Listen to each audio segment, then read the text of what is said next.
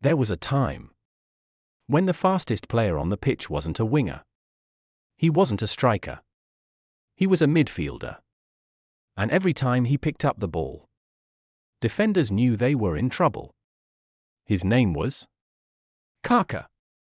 Welcome back to Football Frontier. Today we're looking at why Kaká became one of the most unstoppable footballers of his generation and why, at his peak, almost nobody could stop him. When Kaká first arrived in Europe with AC Milan, fans immediately noticed something different. He didn't rely on flashy skills. He didn't perform endless tricks. Instead, he simply ran. And nobody could catch him. Standing over 6 feet tall, Kaká moved with incredible elegance. His long strides covered huge distances in seconds. The ball stayed perfectly under control. And before defenders realized what had happened, he was already through on goal. That combination of speed and technique made him unique. Most midfielders slowed the game down. Kaká sped it up. One touch. One turn. One explosive run. That was often all he needed. Perhaps his greatest weapon wasn't just his pace. It was his decision-making. Every attack felt perfectly timed. He always seemed to know exactly when to pass. And exactly when to keep running. That's why defenders found him so difficult to stop. If they closed him down too early, he passed. If they gave him space, he accelerated. Either way, he usually won. Then came the golden years at AC Milan. Kaká became the heartbeat of one of Europe's strongest teams. Surrounded by legends like Andrea Pirlo, Clarence Seedorf, Paolo Maldini, and Filippo Inzaghi, he still managed to stand out. Every Champions League night felt like his stage. The perfect example arrived in 2007. Manchester United. The Champions League semi-final. One moment changed everything.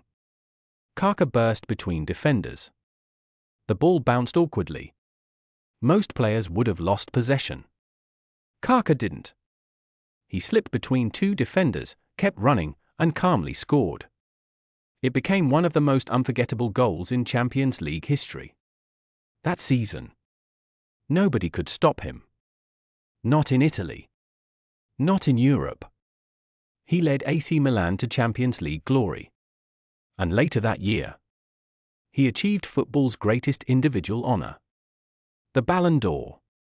Remarkably, he became the last player to win it before football entered the era dominated by Lionel Messi and Cristiano Ronaldo.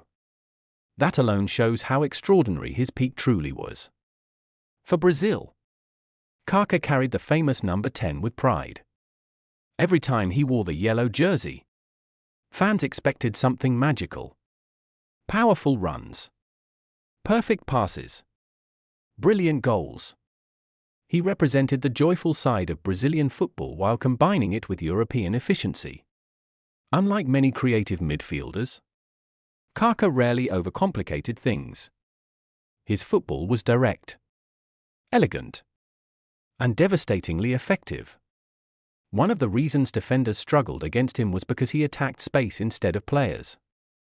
He didn't waste energy trying to beat 5 defenders with tricks. He simply found the gap and exploded through it. By the time defenders turned around, he was gone. Of course, like many great careers, injuries eventually slowed him down. After moving to Real Madrid, physical problems prevented fans from seeing the very best version of Kaká consistently. Many football supporters still wonder, what if injuries had never arrived? Could he have won another Ballon d'Or? Could he have challenged Messi and Ronaldo for even longer? We'll never know. But one thing remains certain. Prime Kaká was one of football's most complete attacking midfielders.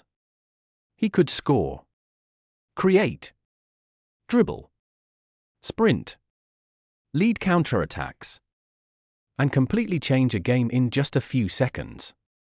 Even today, his highlights continue inspiring young footballers around the world. Because football has seen many incredible playmakers. but very few combined intelligence, elegance, and explosive speed the way Kaká did. That's why nobody could stop Kaká. Not because he was the strongest. Not because he was the flashiest. But because once he started running, there was simply no catching him. Now we want to hear from you.